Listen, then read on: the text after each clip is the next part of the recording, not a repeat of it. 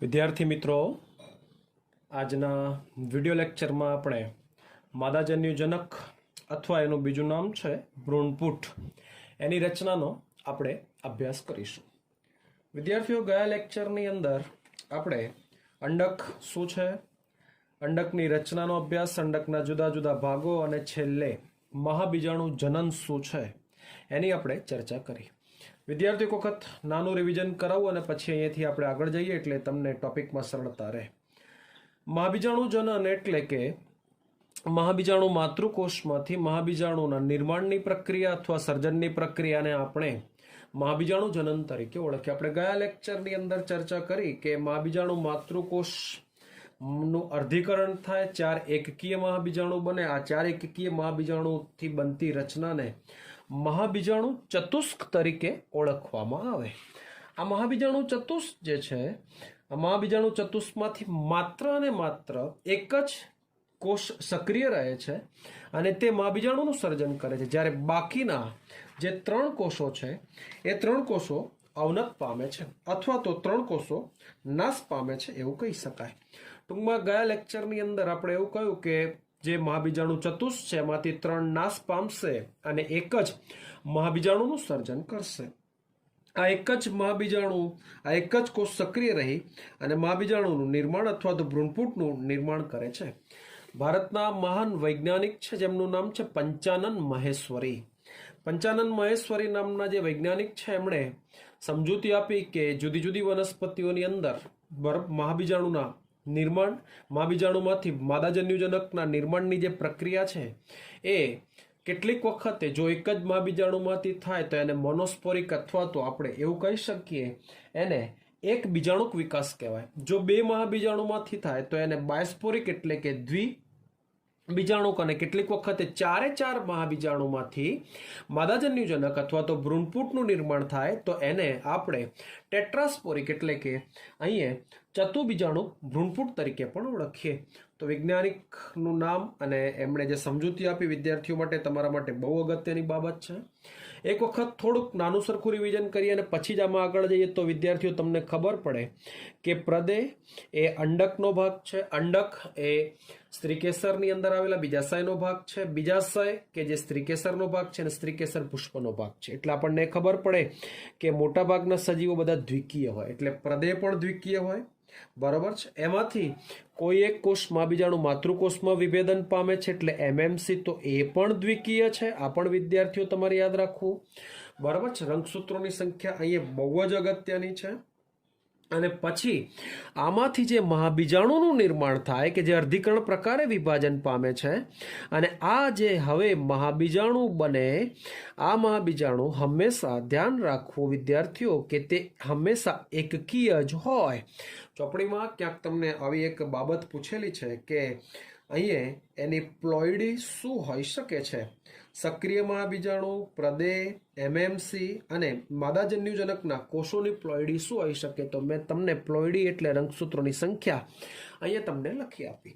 હવે વિદ્યાર્થીઓ, બહુ જ અગત્યનો વેરી મોસ્ટ આઈએમપી પ્રશ્ન તરીકે આપણે હવે એની શરૂઆત કરીએ.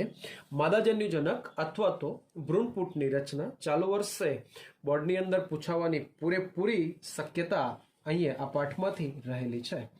તો વિદ્યાર્થી મિત્રો, આપણે એવું કહ્યું કે 3-4 માંથી કોઈ એક જ મહાબીજાણુ સક્રિય રહે છે અને શું કરે છે તો તે માદાજન્યુજનક અથવા તો ભ્રૂણપુટની રચના કરે છે. ટૂંકમાં આમ એવું કહી શકાય કે 3 નાશ પામે છે અને એક જ સક્રિય રહી માદાજન્યુજનકનો વિકાસ અથવા તો ભ્રૂણપુટના વિકાસમાં પરિણમે છે. જો એકમાંથી જ વિકાસ થાય તો મેં હમણાં તમને કહ્યું એ પ્રમાણે આવા વિકાસને એક બીજાણુ વિકાસ તરીકે પણ ઓળખવામાં આવે. હવે આ જે સક્રિય મહાબીજાણુ છે, આ સક્રિય મહાબીજાણુના કોષ કેન્દ્રનું શું થાય?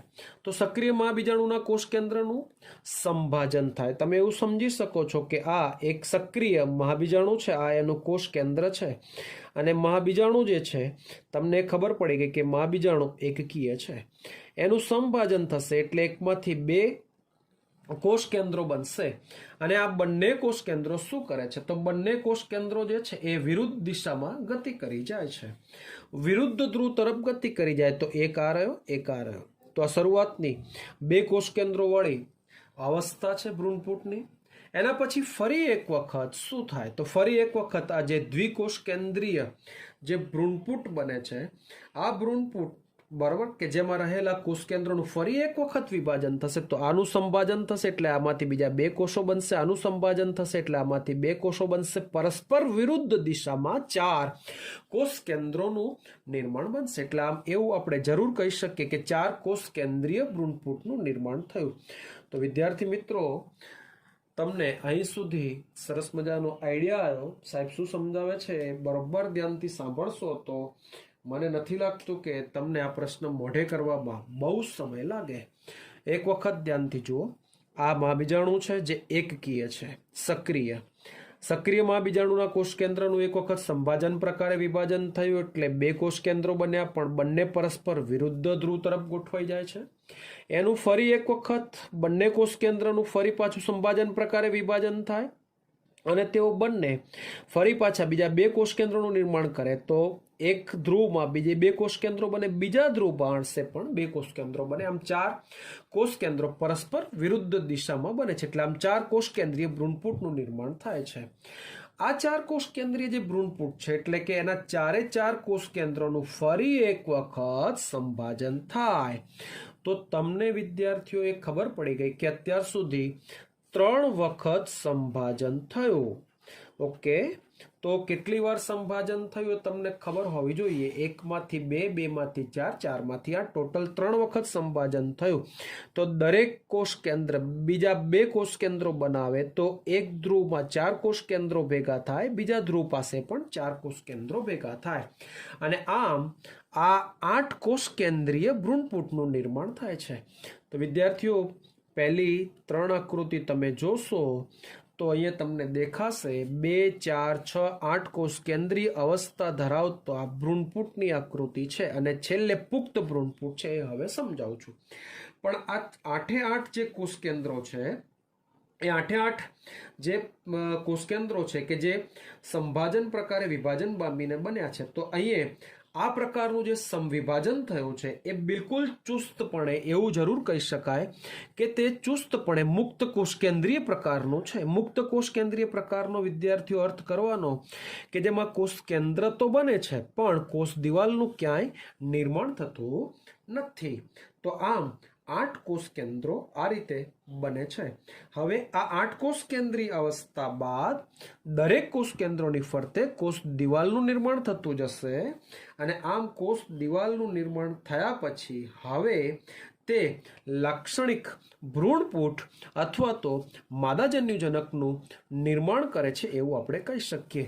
તો તમને પહેલા એ ખબર પડી કે જ્યારે કોષ કેન્દ્રનું વિભાજન થતું હશે ત્યારે કોષ દિવાલનું નિર્માણ થતું નથી અને વિભાજન જ્યારે પૂર્ણ થઈ જાય છે ત્યારબાદ કોષ દિવાલનું નિર્માણ થાય અને આમ 8 કોષ કેન્દ્રીય આ જે અવસ્થા છે હવે 8 કોષીય અવસ્થા બરોબર છે જે માદાજન્યુજનક અથવા તો પુખ્ત ભ્રૂણપૂટ તરીકે પણ ઓળખાય છે.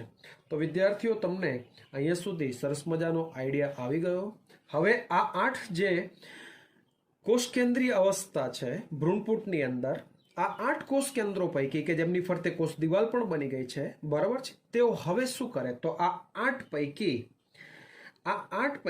6 કોષ કેન્દ્રો કે જે કોષ દિવાલ વડે આવરિત થાય છે. વિદ્યાર્થીઓ ખાસ ધ્યાન રાખવા જેવી બાબત, 8 પૈકી 6 કોષ દિવાલ વડે આવરિત થાય અને કોષીય સ્વરૂપ ધારણ કરે છે. મેં હમણાં કહ્યું એક વખત કે દિવાલનું નિર્માણ વિભાજન પૂરું થયા પછી થશે. જે પૈકી 8 માંથી 6 કોષીય સ્વરૂપ ધારણ કરે છે દિવાલ ધારણ કર્યા પછી, અને 2 કોષ કેન્દ્રો જે છે એ 2 કોષ કેન્દ્રો કે જેને આપણે હવે ધ્રુવીય કોષ કેન્દ્રો તરીકે ઓળખીએ છીએ અને તેઓ અંડપ્રસાધનની નીચે એક મોટા કેન્દ્રસ્થ કોષ પાસે ગોઠવાય છે. તો વિદ્યાર્થીઓ, આ એક પુખ્ત ભ્રૂણપૂટની આકૃતિ છે. એમાં તમે જોશો કે અહીંયા 8 કોષ કેન્દ્રો જે છે આ 8 કોષ કેન્દ્રોની ગોઠવણી વડે એક પુખ્ત ભ્રૂણપૂટ બને છે. પણ આ પુખ્ત ભ્રૂણપૂટના નિર્માણ દરમિયાન 6 કોષ કેન્દ્રો એવા છે કે જેમની ફરતે કોષ દિવાલનું નિર્માણ થઈ જાય છે અને જ્યારે બાકીના 2 કોષ કેન્દ્રો જે અમે આ પેનનો પોઈન્ટ મૂક્યો છે જેમને આપણે દ્વિધ્રુવીય કોષ કેન્દ્રો કહીએ છીએ, આ દ્વિધ્રુવીય 2 કોષ કેન્દ્રો કે જે દ્વિધ્રુવીય કોષ કેન્દ્રો તરીકે ઓળખાય છે બરાબર છે, અને તેઓ બિલકુલ અંડપ્રસાદનની નીચે ગોઠવાઈ જાય છે. તો અહીંયા આ અંડપ્રસાદનની નીચે મોટા કેન્દ્રસ્થ કોષમાં આ આખો એક મોટો કેન્દ્રસ્થ કોષ છે અને એની અંદર ગોઠવાયેલા આ બે કોષો જેને આપણે દ્વિધ્રુવીય કોષો તરીકે ઓળખીએ છીએ. વિદ્યાર્થીઓ, 8 કોષ કેન્દ્રો ભ્રૂણપૂટમાં 8 કોષ કેન્દ્રો કે જે હવે કોષોમાં ફેરવાઈ ગયા છે, 8 કોષ કેન્દ્રો પૈકી 6, અને આ ભ્રૂણપૂટમાં કોષોની જે લાક્ષણિક ગોઠવણી છે તે કેવી છે? તો વિદ્યાર્થીઓ બરોબર ધ્યાનથી તમે જોશો એટલે તમને આ એક આકૃતિ અને આ આકૃતિ બંને એક સરખી છે. બંને આકૃતિઓમાં એક સરખાપણું તમને દેખાશે. આ પુખ્ત ભ્રૂણપૂટની આકૃતિ છે અને આ પણ પુખ્ત ભ્રૂણપૂટની આકૃતિ છે. થોડીક સમજવા માટે આપણે અલગ અલગ દોરેલી છે. આકૃતિના બે છેડા પહેલા ધ્યાનથી જોઈ લો.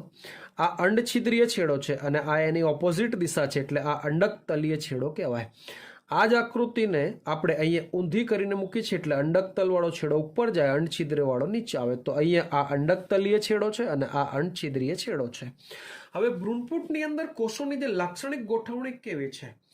તો આ 8 કોષો જે છે જેમાં 2 ધ્રુવીય કોષ કેન્દ્રો ધરાવતા કોષો છે અને 6 કોષો જે છે એમાંથી 3 કોષો જે છે એ અંડછિદ્રીય છેડા તરફ ભેગા થાય છે અને અંડપ્રસાદનની રચના કરે છે. તો વિદ્યાર્થીઓ, અંડપ્રસાદન એટલે શું? તો એવું જરૂર કહી શકીએ આપણે કે 3 કોષો અંડછિદ્રીય છેડા તરફ ભેગા થાય છે.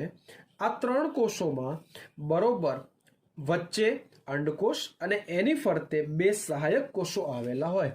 તો આ અંડછિદ્રીય છેડો છે વિદ્યાર્થીઓ, જેમાં વચ્ચે બરોબર દેખાય છે તમને એક અંડકોષ છે અને બે શું છે? તો 2 સહાયક કોષો છે. તો આમ 3 કોષો વડે બનતી આ રચનાને હવે આપણે અંડપ્રસાદન તરીકે ઓળખીએ. વિદ્યાર્થીઓ, અંડપ્રસાદન એટલે શું તમને ખ્યાલ આવ્યો? બરોબર આકૃતિમાં તમે જોશો તો અંડ પ્રસાદનમાં આવેલા જે 2 સહાયક કોષો છે, આ 2 સહાયક કોષો પાસે આવી એક સ્થુલિત તંતુમય પ્રસાદન જેવી એક રચના જોવા મળે. તો અહીંયા તમને ખ્યાલ આવે કે વિશિષ્ટ પ્રકારનું સ્થૂલન અહીંયા જોવા મળે છે જેને આપણે તંતુમય પ્રસાદન તરીકે ઓળખીએ. અને તેઓનું બહુ અગત્યનું કાર્ય છે કે જ્યારે પરાગનલિકા અંકુરણ પામીને પરાગરજ નરજન્યુજનકનું વહન કરાવે છે ત્યારે આ ભાગ જે છે એ સહાયક કોષોમાં પરાગનલિકાનો પ્રવેશ શક્ય બનાવે છે. તો એક સરસ મજાની સમજૂતી મેં તમને આપી. અંડપ્રસાદન એટલે શું? વિદ્યાર્થીઓ, તમને ખબર હોવી જોઈએ કે 3 વખત સંભાજન થાય છે. તો સંભાજન થાય છે કયા કોષનું? મહાબીજાણુનું. મહાબીજાણુ એકકીય છે તો બનતા બધા જ કોષો હંમેશા ધ્યાન રાખવું કે એકકીય જ હશે. તો અંડકોષ પણ એકકીય છે અને 2 સહાયક કોષો પણ એકકીય છે. હવે 6 પૈકીના બીજા જે 3 કોષો છે કે જેમની પાસે કોષ દિવાલ છે એ આની ઓપોઝિટ દિશા, ઓપોઝિટ એટલે પ્રતિ શબ્દ બોલીએ, પ્રતિધ્રુવ કહેવાય. એટલે 3 કોષો પ્રતિ દિશામાં ગોઠવાયેલા હોય, પ્રતિ ધ્રુવમાં ગોઠવાયેલા હોય એટલે આપણે હવે આમને નામ આપીશું પ્રતિધ્રુવીય કોષો. તો 3 કોષો અંડપ્રસાદનમાં છે, 3 કોષો પ્રતિધ્રુવીય કોષો. તો 6 કોષોની આ એક સરસ મજાની ગોઠવણી થઈ ગઈ. બાકીના જે 2 કોષ કેન્દ્રો છે જેને આપણે ગઈ વખત સમજૂતી આપી, મતલબ થોડી વાર પહેલા, કે 2 જે કોષ કેન્દ્રો છે આ દ્વિધ્રુવીય કોષ કેન્દ્રો કે જે મધ્યસ્થ મોટા કોષમાં આવેલા છે. આ મધ્યસ્થ મોટો કોષ કે જેને આપણે કેન્દ્રસ્થ કોષ તરીકે પણ ઓળખીએ છીએ. તો આમ આ મધ્યસ્થ મોટો કોષ અથવા તો કેન્દ્રસ્થ કોષ કે જેની પાસે દ્વિધ્રુવીય કોષ કેન્દ્રો આવેલા હોય. તો વિદ્યાર્થીઓ, તમને ભ્રૂણપૂટમાં કોષોની લાક્ષણિક ગોઠવણી શું છે એનો સરસ મજાનો આઈડિયા આવ્યો. ટૂંકમાં એવું કહી શકાય કે આવૃત બીજધારી વનસ્પતિનો લાક્ષણિક ભ્રૂણપૂટ કે જેમાં જે પુખ્તતાએ 8 કોષ કેન્દ્રીય અને 7 કોષીય અવસ્થા ધરાવતો હોય. ફરી એક વખત 7 કોષો વિદ્યાર્થીઓ સમજાવું. 1, 2 અને 3. તો આ 3 કોષો વાળી રચના અંડપ્રસાદન. પછી 1, 2 અને 3. તો આ 3 કોષો વાળી રચના પ્રતિધ્રુવ કોષો. દરેકની પાસે પોતાનું કોષ કેન્દ્ર એટલે 6 કોષો અને 6 કોષ કેન્દ્રો થયા. અને 2 કોષ કેન્દ્રો એકબીજા સાથે જોડાયેલા રહી અને વચ્ચે આવેલા એક મોટા કોષમાં ગોઠવાય. તો આ એક મોટો કોષ એટલે કોષ ટોટલ સંખ્યા 3 ને 3 6 અને વચ્ચે આવેલો 1 7 તો 7 કોષીય અવસ્થા બની દરેકની પાસે પોતાનું કોષ કેન્દ્ર પણ વચ્ચે આવેલા કોષ પાસે 2 કોષ કેન્દ્રો તો ટોટલ કોષ કેન્દ્રોની સંખ્યા 6 ને 2 8 તો આમ 8 કોષ કેન્દ્રીય અને 7 કોષીય આ અવસ્થાને હવે આપણે ભ્રૂણપુટ અથવા માદાજન્યુજનક તરીકે ઓળખીએ તો વિદ્યાર્થી મિત્રો મેં એક સરસ મજાના લેક્ચર વડે તમને માદાજન્યુજનક અથવા ભ્રૂણપુટની રચનાનો વિકાસ સમજાવ્યો વિદ્યાર્થીઓ પરીક્ષાની દ્રષ્ટિએ ખૂબ જ અગત્યનો પ્રશ્ન છે જો કોઈને પ્રશ્નમાં ન સમજાયું હોય તો મને કોલ કરી અથવા તો તમે મેસેજ કરીને પૂછી શકો છો પણ ખૂબ જ સરસ મજાની મેં તમને સમજૂતી આપી છે વિદ્યાર્થીઓ 2 વખત 3 વખત વારંવાર એનું રટણ કરશો તો પ્રશ્ન આવડી જશે તો અહીંયા આજના લેક્ચરમાં અહીંયા સુધી